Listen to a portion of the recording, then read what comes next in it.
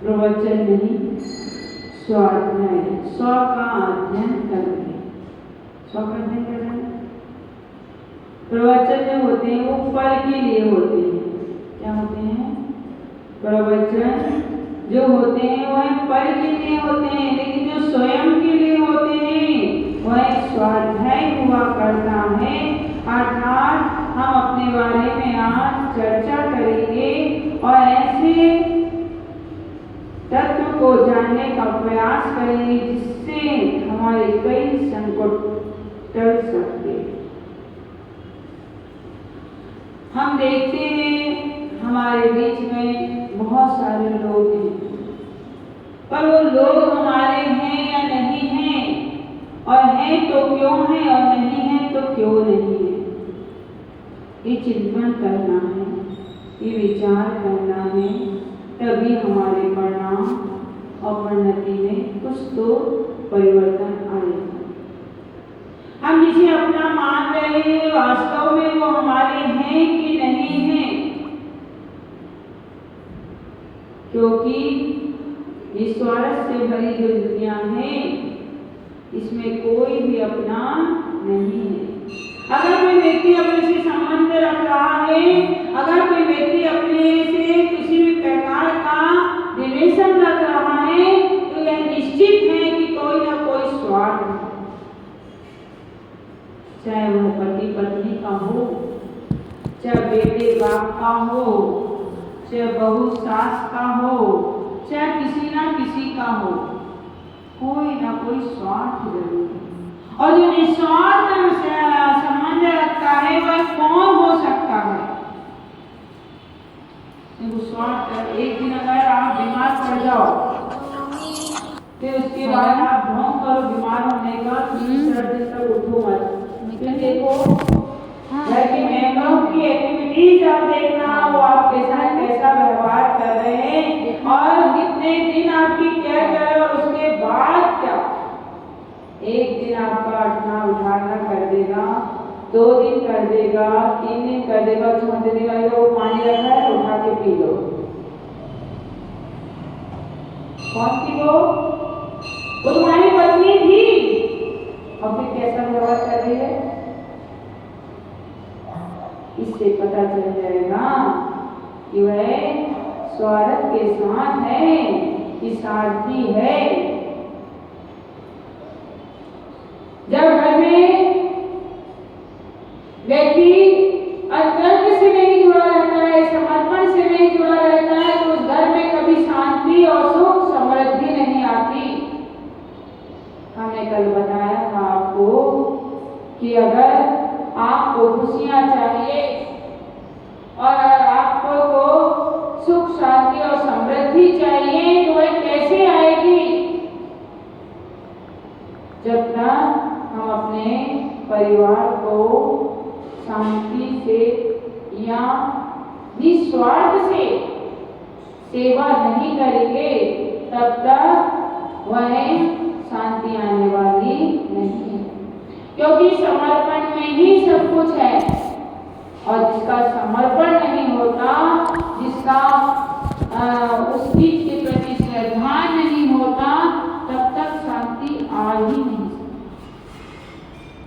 सुख चाहते तो सब हैं, लेकिन सुख के कोई कार्य करना नहीं चाहते। ऐसा हो नहीं सकता, भूतो न भविष्यति।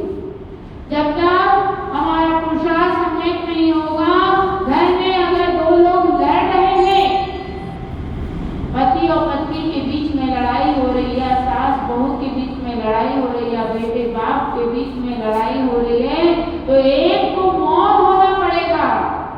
इस समय उस समय ऐसे नहीं कि जीवन भर के लिए मौन हो जाओ, तो वह हो जाएगी द्वेष, और द्वेष का परिणाम हमेशा अधोगति होता है।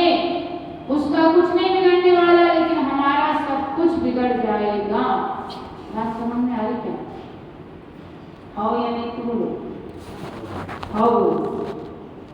सामने वाले का कुछ नहीं बिगड़ने वाला, लेकिन तुम्हारे अंदर जो देश वाला कि मैं इससे बात नहीं करूंगा, तो वह देश का परिणाम ऐसा होता है, फल ऐसा होता है कि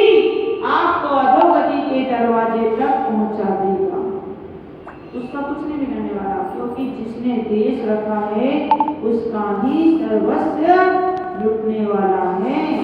सुख चला जाएगा, शांति चली जाएगी, शारीरिक मानसिक संतुलन चला जाएगा, परिवार से धन चला जाएगा, क्योंकि जब शारीरिक और मानसिक संतुलन बिगड़ता है तो फिर डॉक्टर के पास ही जाना पड़ता है, और डॉक्टर अपने बाप का भी सगा नहीं होता। आपकी चमड़ी के अंदर भी अगर कोई सिक्का दबा होगा तो वो भी निकाल लेता है। इसीलिए हमें अपने विचारों को, परिणामों को, भावों को बहुत शुद्ध करना होगा, क्योंकि जो जैसा है वो वैसा ही रहेगा, लेकिन उसमें और हमें फर्क अगर रखना है तो हम उसके जैसे नहीं बनेंगे। वो अपना काम कर रहा है, बिच्छू होता है ना जो, एक कहानी मिलती है अपने शास्त्र में कि एक मुनिराज बिच्छू को बार बार पानी से निकाल रहे थे कि ये बच जाए इसकी जान, लेकिन वो बार बार उन्हें डंक मार रहा था, फिर निकाले, फिर डंक मारे, फिर निकाले, फिर डंक मारे। तो एक व्यक्ति वहीं से गुजर रहा था, वो बोले, अरे मुनि महाराज, वो व्यक्ति आपको, वो जीव आपको बार बार डंक मार रहा, जाने दो, मरने दो, आप क्यों निकाले? बोले, जब वो जानवर होके अपना स्वभाव नहीं छोड़ रहा है तो मैं मनुष्य होके अपना स्वभाव कैसे छोड़ूं? मैं साधु होके अपना स्वभाव कैसे छोड़ूं? देखो बड़ा अंतर है। एक पशु होके वो अपना स्वभाव नहीं छोड़ रहा है, ऐसे ही मैं मनुष्य होके अपना स्वभाव क्यों छोड़ूं? मेरा स्वभाव क्या है? मेरा धर्म क्या है? मेरा कर्तव्य क्या है कि मैं उस जीव की रक्षा करूं, मैं उस जीव को बचाऊं, मैं उसका भला चाहूं। और जब ऐसा भाव आएगा, जब ऐसा परिणाम आएगा, तभी हम कुछ कर पाएंगे, तभी हम झुक पाएंगे। क्योंकि बांस का पेड़ जो होता है ना, वह टूट जाता है लेकिन झुकता नहीं, और घास जो होती है ना, वह बाढ़ आने पर लेट जाती है, और जैसे ही बाढ़ ठीक होती है वापिस पुनः खड़ी हो जाती है। लेकिन बांस का पेड़ तूफान आंधी आने पर टूट जाता है लेकिन झुकता नहीं। तो अब तुम जानो तुम्हें कौन सा पेड़ बनना है, बांस का पेड़ बनना है कि वो पौधा बनना है जो मुसीबत आने पर झुक जाया करता है और मुसीबत टलने के बाद पुनः अपने स्थान पे आ जाता है। एक छोटी सी कहानी याद आ रही है। एक मछली पकड़ने वाला मछियारा, क्या बोलते हैं, मछियारा था, और वह नदी में गया। वहां पर वह कांटा डालते ना मछली को पकड़ने के लिए, कांटा डाला और काफी देर तक मछली उसमें फंसे ही नहीं, बार बार डाले, फंसे ही नहीं, बार बार डाले, फंसे ही नहीं। वो परेशान हो गया, तो बोले शायद यहाँ मछली नहीं है। तूने ढूंढ के देखा तो वहां तो बहुत सारी मछलियां थी, फिर कांटे में फंस क्यों नहीं रह रही? और ऐसा करते हुए किसी व्यक्ति ने उन्हें देखा, वहां से वो कोई राह जा रहा था, और वह देखा कि ये व्यक्ति बार बार कांटे डाल रहा है लेकिन मछली फंस नहीं रही, कारण क्या है? तो उसने पूछा, क्या भैया आप पहली बार आए हैं क्या? काफी दिनों बाद मछली पकड़ने आए हैं क्या? तो बोले हाँ, काफी दिनों बाद मछली पकड़ने में आया हूँ। तो वह राहगीर उन्हें बताता है कि इधर मछली पकड़ने वाली नहीं है, आप कहीं और जाओ। तो बोलता क्यों ऐसा क्यों? यहाँ तो बहुत मछलियां हैं, फिर मैं यहाँ क्यों नहीं पकड़ूं, दूसरी जगह क्यों जाऊं? तो उन्होंने बोला, यहाँ पर एक संत काफी दिनों से विराजमान थे और उनकी देशना प्रवचन आदि चला करता था। एक दिन ऐसा प्रभाव, उनके प्रवचन का ऐसा प्रभाव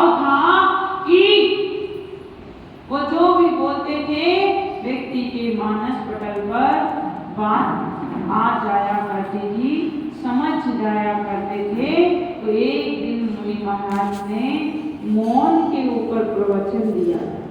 काय के ऊपर प्रवचन दिया? और मौन के ऊपर प्रवचन दिया था। मछलियां एकाग्रचित्त होकर सुना करती थी और उन्होंने वह बात को स्वीकार कर लिया। इसलिए आप जब भी कांटा डालते हैं तो मछलियां मौन हो जाया करती। देखो मौन में कितनी ताकत। मौन अगर हो जाए तो कई मुसीबतों से बचा जा सकता है। जब मुंह ही नहीं खुलेगा तो फंसेंगे कैसे? जब हम वो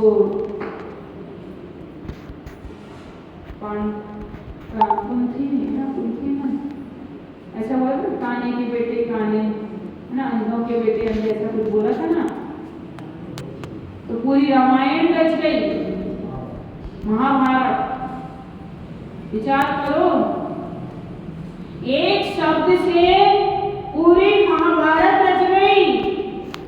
अगर कुत्ती और एक बिल्ली हटा दो, कुत्ती, कुंती और कुत्ती, हाँ, तो एक बिंदी हटने से अर्थ बदल जाया करता है, चिंता और चिता, है ना। एक बिंदी का ही अंतर है।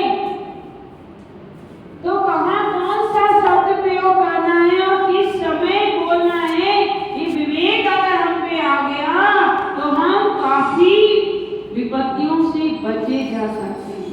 जब सास और बहू की लड़ाई हो रही हो, या बेटे या बाप की लड़ाई हो रही है, या भाई भाई की लड़ाई हो रही हो, तो उस समय मौन ले लेना चाहिए, क्योंकि दीवार से कितनी देर तक बातें की जा सकती है। अगर मैं ये दीवार से बात करना शुरू करूं तो कितनी देर तक बात कर पाऊंगी? अधिक से अधिक 10 मिनट, और लिया तो आधा घंटे, और लिया तो 1 घंटे, क्योंकि रिप्लाई नहीं आ रहा ना। और ये अपनी बात बोले जा रहे, नो रिप्लाई। तो जब रिप्लाई नहीं मिलता है तो बात समाप्त हो जाती है। और रिप्लाई मिले, जैसे दो लोग लड़ रहे हो और हम दोनों जैसे मान लो लड़ रहे हैं और हम एक के ऊपर एक शब्द बोलते जा रहे हो, बीच में जो तुम भी तो ऐसे ही हो, फिर आधा घंटे की रील चालू हो गई, आप बोले फिर आधा घंटे की रील। ऐसे ही हमारे घर की दशा और दिशा है। हमारे लोगों से जो लड़ाई हो रही है, बस वही अहंकार की वजह हो रही, वही बोलने की वजह हो रही है। अगर मौन हो जाए तो सोने में सुहागा हो जाए, कई विपत्तियों से बचा जा सकता है। जिस प्रकार वो मछलियों ने स्वीकार कर लिया कि मौन रहना चाहिए, तो वह मछलियां जब भी कांटा डाले तो मछलियां अपने पापों से बचने के लिए मौन होना है, हमें अपने कर्मों से बचने के लिए मौन होना है।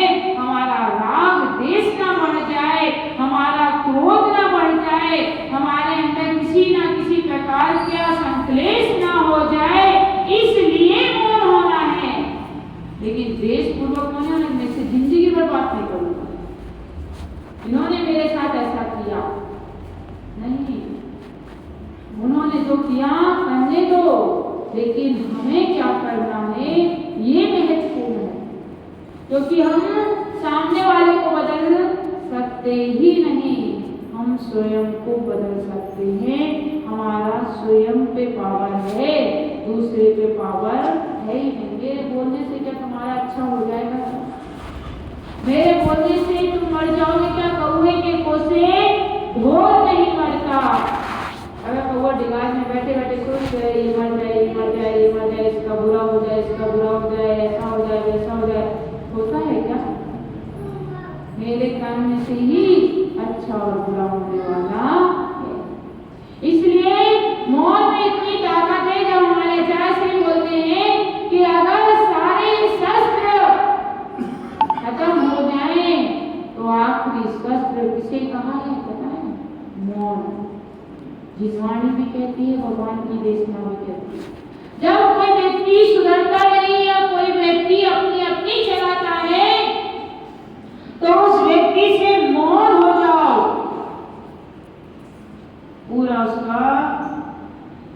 अंदर उथल पुथल मच जाएगी, मुझसे बोल क्यों नहीं रहा है कोई, मुझसे बोल क्यों नहीं रहा है कोई। ऐसे ही आपके नगर में, आपके मंदिर में, आपके बीच में कोई ऐसा वायरस हो तो उसे मारने का एक ही तरीका है कि उस व्यक्ति से मौन हो जाओ सारे लोग। तो जब कोई उससे बात नहीं करेगा, कोई उसके साथ नहीं बैठेगा उठेगा, तो कब तक अकेले लड़ेगा? एक दिन उसे भी मौन होना पड़ेगा। कारण यही चल रहा है तुम्हारे यहाँ, यही कारण है। इसी वजह से तुम धर्म नाम ले रहे, ये 3 दिन जो तुम्हें मिले हैं, वास्तव में बताओ तुम्हें पुण्य का संचय हुआ कि पाप का संचय हुआ? अगर हम यही सोच लेते और लोगों की बातों में या तुम्हारे यहाँ के लोगों की बातों में आ जाते तो 3 दिन तुम्हें मिलते पाते क्या?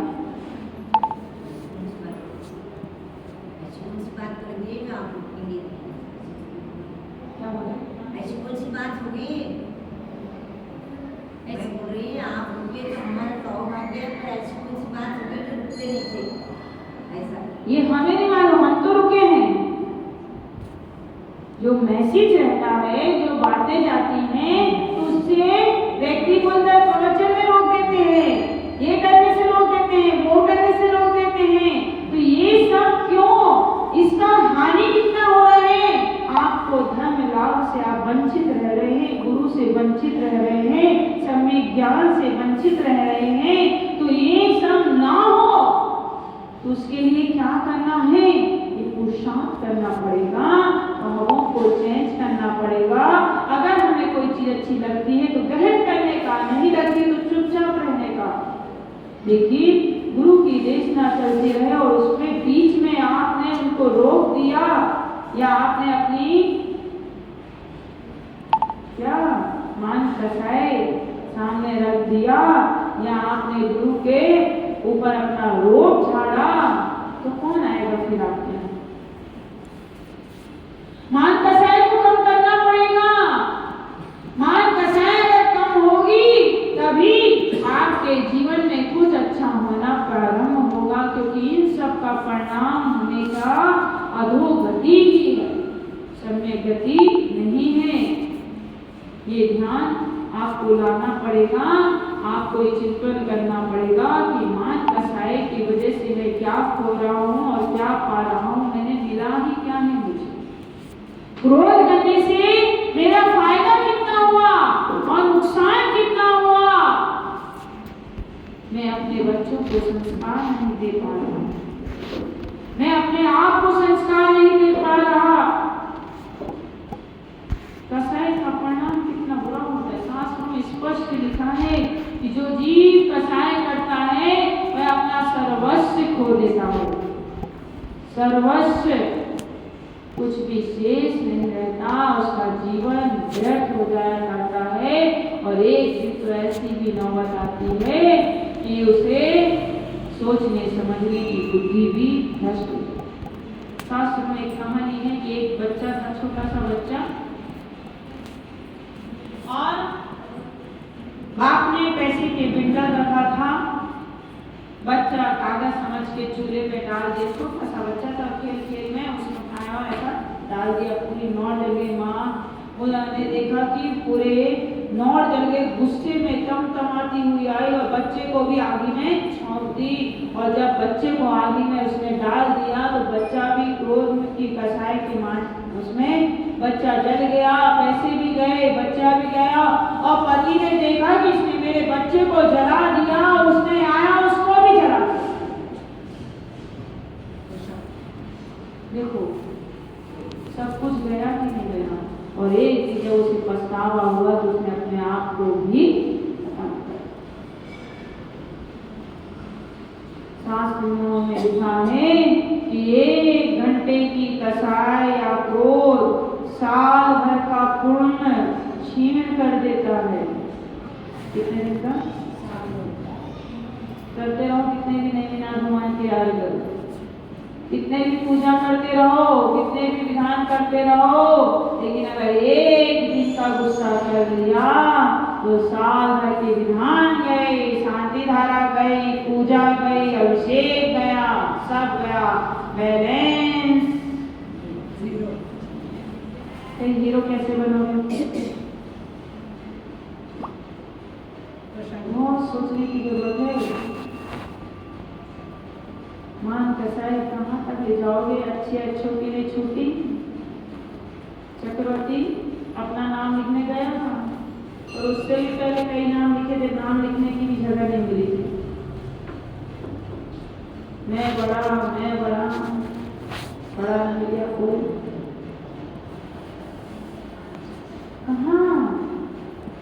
कहाँ भूल में बैठे हो? अपनी भूल को सुधारना प्रारंभ कर दो, अपना राग द्वेष कम कर दो। भाई भाई से नहीं बोल रहा, बेटे बाप से नहीं बोल रहा, बाप बेटे से नहीं बोल रहा, सास बहू से नहीं बोल रही, बहू सास से नहीं बोल रही। जब बुरे दिन आएंगे तो बोलना तो पड़ेगा। जब कर्म हृदय में आएंगे तब तो बोलना पड़ेगा, उसके हाथ का खाना पड़ेगा। फिर उस टाइम कैसे झूठ रहेंगे कि गधे को भी बाप बनाना पड़ेगा? ऐसा चिंतन करना है, विचार करना है। कितने बजे का टाइम है प्रवचन का? अच्छा, प्रवचन ही नहीं सुनना, चुड़िया चलते थे थपड़ता है। प्रवचन खत्म होने पे आया है तो बार-बार चिंतन, बार-बार अपना पुरुषार्थ अच्छे कार्यों के लिए करो। कहाँ तक करोगे? किस से लड़ोगे और कब तक इतना राग द्वेष रखो? वास्तव में अगर मंदिर आ रहे हैं तो कुछ अच्छा, आप लोग रोज मंदिर आते हैं, एक बात बताओ, यहाँ से कुछ लेके जाते भी हो कि नहीं? नहीं तो ऐसा तेरा तुझको अपन क्या लागे चले, यही झटक के तो नहीं चले जाते सब।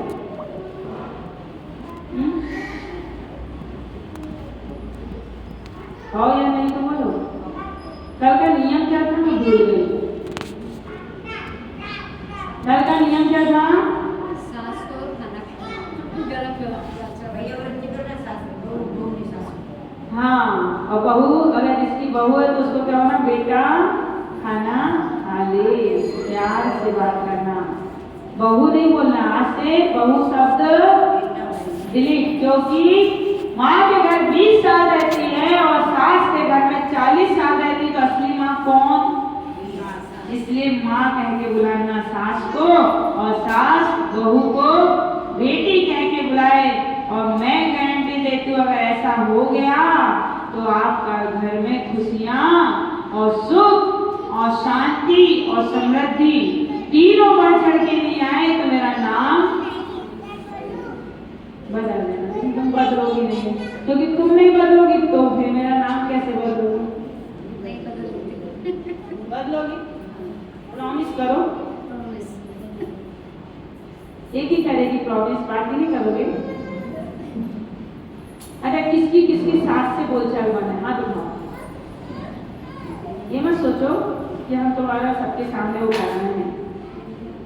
जो है सो है, उठाओ हाथ।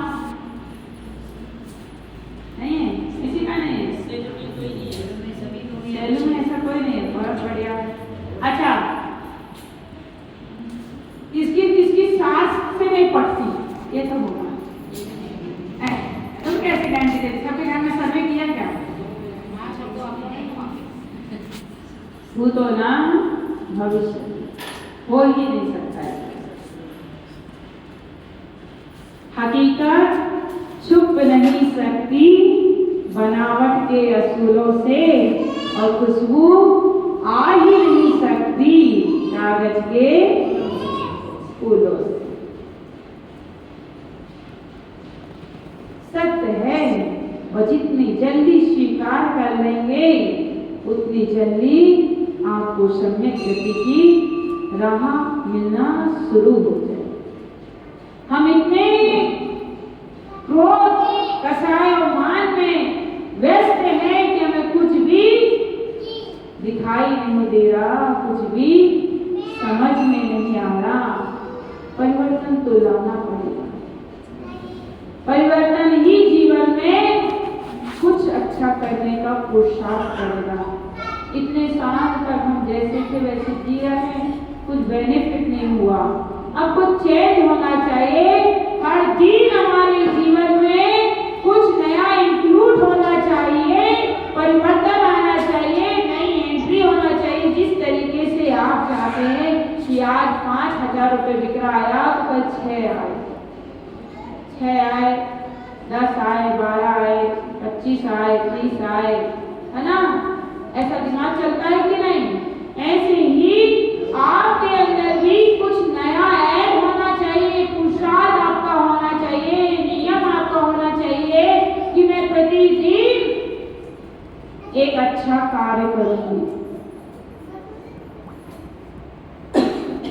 प्रतिदिन एक अच्छा काम करूंगा, कभी किसी ना किसी जीव को रोज बचाऊंगी, या किसी दादी या बुजुर्ग को उसके घर तक पहुंचाऊंगी, छोड़ दूंगी, या अपने घर में सास ससुर के परिणामों को शुद्ध रखूंगी, क्योंकि अब उनके जाने का समय हो गया। अगर मैं परिणाम रखूंगी तो वह अधोगति में चले जाएंगे।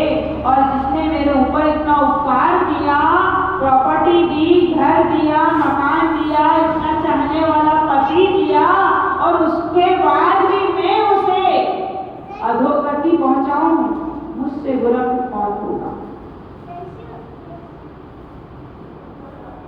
कुछ तो कीमत देना चाहिए। मैं ये घड़ी अगर आपको दूं तो आपको उसकी कुछ ना कुछ तो कीमत देना चाहिए। माना कि 100% कीमत आप नहीं दे सकते, लेकिन इसकी कोई ना कोई वैल्यू तो होगी ना। 10 रुपए की आई होगी, 50 की आई होगी, 100 की आई होगी, 300 की आई होगी, 200 की आई होगी। अगर आप 300 मानते हैं तो कम से कम 100 तो मुझे दो। कुछ ना कुछ तो कीमत होना चाहिए। ऐसे ही उस जीव ने तुम्हें बहुत कुछ दिया, तो वो तुमसे कोई ना कोई उम्मीद तो रख सकता है ना? नहीं रख सकता। अधिकार है कि नहीं उसका? बताओ, सोच में पड़े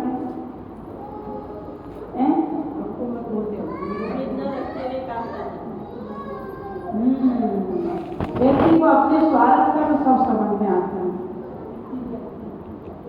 क्या बोले? उम्मीद नहीं रखते हुए सब करना चाहिए।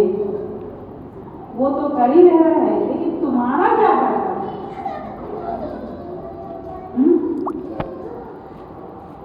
जो व्यक्ति करता है ना वो गाता नहीं, और जो गाता है ना वो करता नहीं। ये लाइन याद कर लो। क्या बोल रहे? जो करता है वो गाता नहीं, और जो गाता है वह करता नहीं। इसलिए वह कर तो रहा है, लेकिन हमारा क्या कर्तव्य है? हमारा क्या वो है कि हम भी उसके साथ कुछ अच्छा करें। 100% नहीं कर सकते तो 10% तो करें। लेकिन बोलने में हमारा कुछ नहीं जाने वाला, लेकिन दादाजी बोलने में वो दादाजी को मन को शांति में कोई तो है जो मुझसे बात करता है। अच्छा एक बात बताओ, दुकान खोलो, विचार करो कि आपके घर में कितने मेंबर हैं? बोलो भाभी, कितने मेंबर हैं? 8 में से कौन सा ऐसा व्यक्ति है जो तुम्हें सबसे ज्यादा चाहता है? आपके पति? कौन चाहता है? मैं इसलिए आपसे भी पूछ रही हूँ, आपका दृष्टिकोण में कौन कौन आते हैं? 8 आपको चाहते हैं?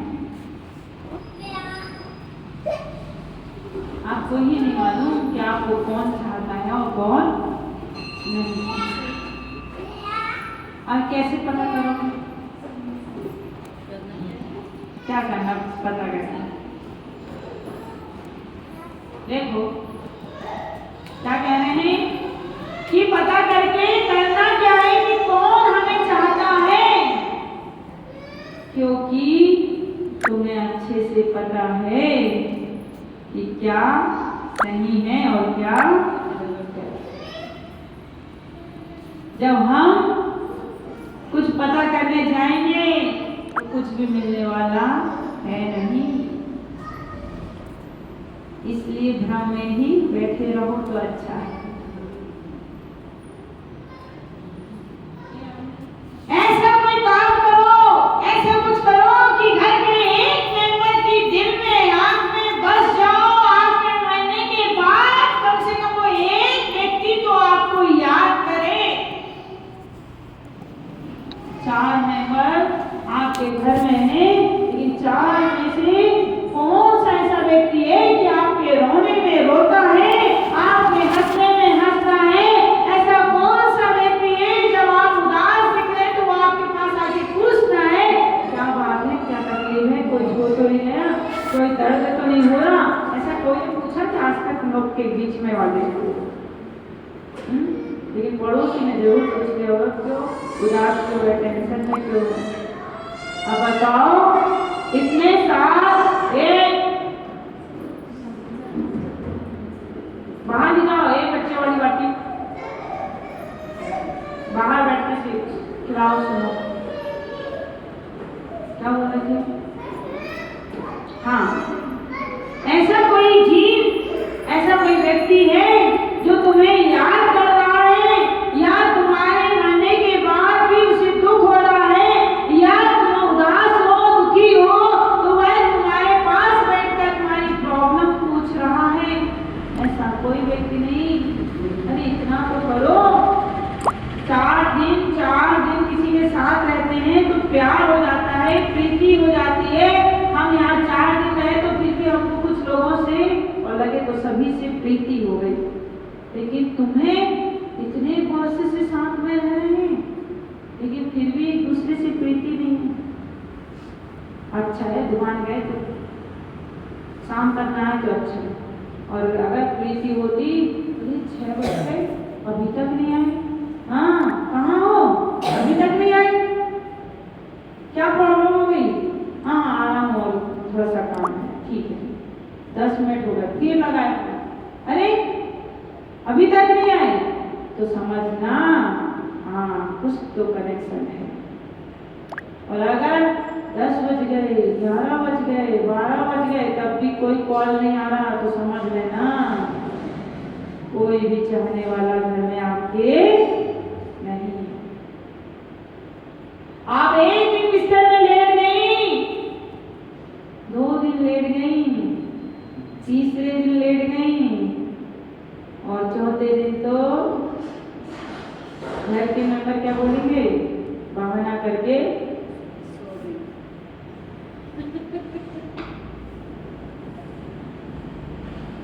फर्क न है आपको, आपके बीच में आपके क्या चल रहा है, आपकी दशा और दिशा क्या है, किसके दिल में आपने ऐसा कौन सा काम किया है कि आप किसी के दिल की धड़कन बन गए, किसी की आंख का तारा बन गए।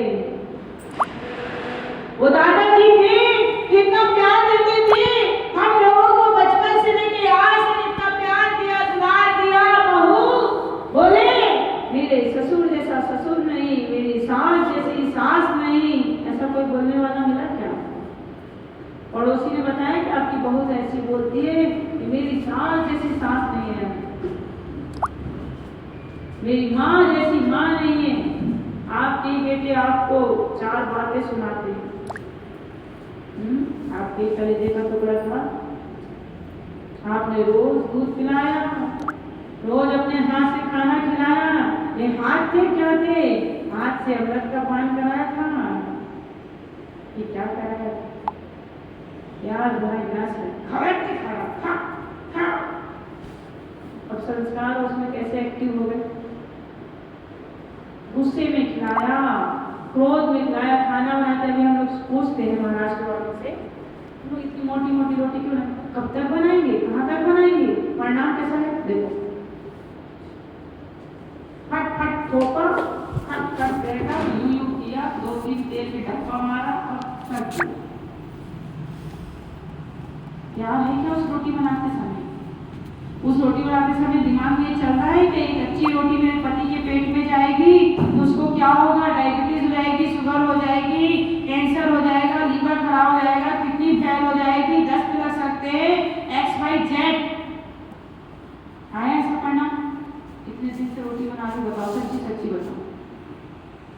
कच्ची कच्ची सब्जी बनाते हैं। नहीं गए 9-10 बजे, सो के उठी 8 बजे, मंदिर आई 9 बज गए, यहाँ से गए 10 बज गए, और फिर जाके खट खट खट खट खट खट 5 मिनट में तो सारी सब्जी बना ली हो। अब पता हो कच्ची किसको कहते तो खाना अच्छा बना है, पता चले पक्की किसको कहते तो पता चले ना खाना, क्योंकि बचपन से उसे स्वाद आया कच्चे कच्चे का तो सब अच्छे लगता है, क्योंकि माँ ने भी वैसे बना के खिलाया और हम भी वैसे बना के खा रहे, क्योंकि जैसा देखा है वैसे खा रहे वैसे बना रहे। रोटी बनाते हैं तो इधर से एक बिल्ला मार के सीधा करते, फिर इधर से एक बिल्ला मार के सीधा करते, फिर इधर से एक बिल्ला मार के सीधा करते। किसी की रोटी ऐसे गोल गोल घूमती है क्या? पूरी किनारे जैसे एक घड़ी है, देखो इधर से भी उतनी मोटाई है, इधर से भी उतनी मोटाई है, इधर से भी इतनी मोटाई है, और इधर से भी ऐसे। आपकी रोटी पूरी सेम एक सी दिखती है क्या? इधर मोटा इधर पतला, बीच में बिल्ला ज्यादा जोर से लग गया तो उधर पतला, और फिर कहीं काली चिट तो कहीं पीली चिट तो कहीं बिल्कुल ही चिट नहीं। तो ये सब कब आएगा? ये कब हमें सीखने को मिलेगा? जब आपके बीच में गुरु होंगे, जब आपका उठना बैठना सही व्यक्ति के बीच में होगा, जब आपका चिंतन सही चलेगा, तब आपको ये सब कुछ दिखाई देगा। आज सब लोग अपनी अपनी रोटी बना के देखना, किसकी रोटी पकड़ने में हल्की दिखती है और किसकी रोटी पकड़ने में भारी दिखती है। सब लोग कल एक एक रोटी लेके आना यहाँ, और रोटी कॉम्पिटिशन, मैं तो नहीं रहूंगी, तुम लोग खुद ही करना, और किसकी रोटी बेस्ट है खुद परीक्षण करना। रोटी सजाओ प्रतियोगिता, अच्छी आई फिर भी नहीं आई, देख लेना। अब अपन को दया लगना चाहिए, वो जीव मेरा है ना, मेरा बच्चा है ना, तो उसे मैं कैसा खाना खिलाऊं? 4 मेंबर है, 2-2 रोटी खाते हैं और 8 रोटी बनाने का समय नहीं, उसके लिए बाई बना, रोटी वाली बाई, करने वाली बाई, सब बाई रख लो, तुम बर्तन रख लो, कपड़े वाली रख लो, झाड़ू पोछा ले, लेकिन रोटी बाई तुम रख लो। क्या मतलब तुम्हारा? खाना को शादी कर लिया, कम से कम अपने पति को बच्चे को प्रेम से प्यार से और अच्छा सुंदर और अच्छे से अच्छा बना के नहीं खिला सके तो धिक्कार है हमारे जीवन को। कहाँ तक है, कितने सारे मेंबर हैं, ये वो दुनिया भर का। और पहले के दादी लोग बताओ कितनी रोटी सेकी तुमने? 3-3 किलो की रोटी सेकी है, चूल्हे पे, और वो भी चूल्हे में, और सुंदर फूली फूली गप गप गरम गरम। और अभी तो गैस इलेक्ट्रिक रोटी बनाने का और पता नहीं क्या क्या आ गया, रोटी जी बनाना ढिलाना सब। कितनी मेहनत करे, उतने कपड़े धोती थी एक लेडी से, उतने कपड़े पूरे घर के कपड़े धोना, पोछा लगाना, लीपा पोती करना गोबर से, और इतनी सारी 3-3 किलो की रोटी बनाना। और पहले की खुराक 6 रोटी से कम किसी की नहीं रहती थी, तो दादी कितनी खुराक रहती थी? 6 रोटी से कम तो कोई खाता ही नहीं था, और अगर खाना टेस्टी बन जाए तो 8 और 10 भी हो जाती थी। और अभी एक ही अंदर चल जाए धक्का मार के तो बहुत है, और जैसे जैसे दूसरी चली जाए, और बहुत कोशिश करे तो तीसरी, चौथी तो जा ही नहीं सकती, पेट फट जाएगा, क्योंकि इतना बड़ा लोहा। अब वो बना ऐसा आधा किलो का, अरे बाप रे बाप। जब बाहर करते हैं तो हम सोचते हैं कि नहीं बनाते तो ही अच्छा है, तो कुछ तो और खाते। चिंतन करना है, मजाक की बात नहीं है। आपका परिणाम कैसा है, आपकी प्रीति अपने लोगों के प्रति कैसी है, अपने लोगों के साथ आप कितने सगे हैं। दूसरे के साथ तो उम्मीद ही नहीं कर सकते, जब अपने साथ ही नहीं अच्छे तो दूसरों के साथ कैसे अच्छे होंगे, हो ही नहीं सकते। तो कम से कम भावों में सुधार लाइए, परिणामों में सुधार लाइए, कि तभी आपका परिणाम परिणति में अंतर आएगा।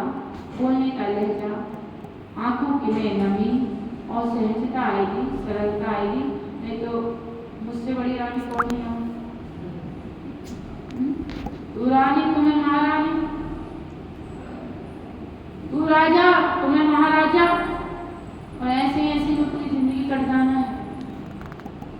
राजा, एक थी रानी एक थे राजा, दोनों मर गए, खत्म कहानी।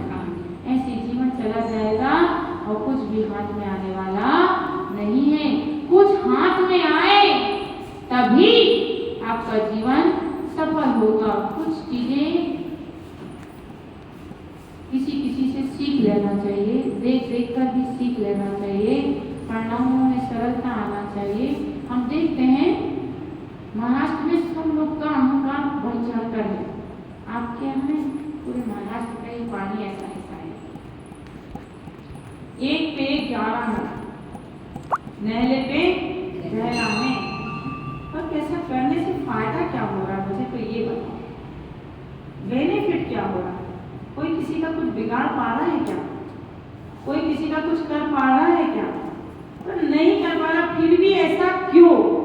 प्रश्न उठाएंगे तो उत्तर जरूर मिलेगा, समाधान जरूर मिलेगा। आप प्रश्न करो अपने आप से कि मैं ऐसा क्यों हूँ, मेरे भावों में इतनी विकृति क्यों आ रही? क्या मुझे अधोगति का बंद हो गया है या बंद होने वाला है? ऐसा विचार करेंगे तब कहीं लाइन पटरी में आने की कोशिश करेंगे। अगर ट्रेन पटरी से नीचे उतर जाए तो क्या होगा? नजर तेरी हटी और घटना घटी। इसलिए अपनी नजरों को दूसरों पे जितनी पैनी लगा के रखे हो उतनी पैनी नजर अपने ऊपर कर लेंगे तो शायद इस संसार से तर जाएंगे। कितने दिन की आयु बताया था मैं? 33 नहीं, 33 घंटे आए थे उस दिन। हिसाब किताब में क्या है, 33 घंटे आए थे कि 33 दिन आए थे? ओनली फॉर 33 दिन की अपनी आयु है और उन 33 दिनों को सम्यक रूप से अगर जीना है तो आज से ही शुरुआत करना पड़ेगा। आज से ही थोड़ा थोड़ा सुधार करना पड़ेगा। अहंकार ममकार सब छोड़ना पड़ेगा, क्योंकि जब वो शिला में अपना नाम लिखने गए थे तो वहाँ उनसे भी बड़े बड़े धुरंधर थे, है ना? तो भूल में मत रहना, तुम्हारे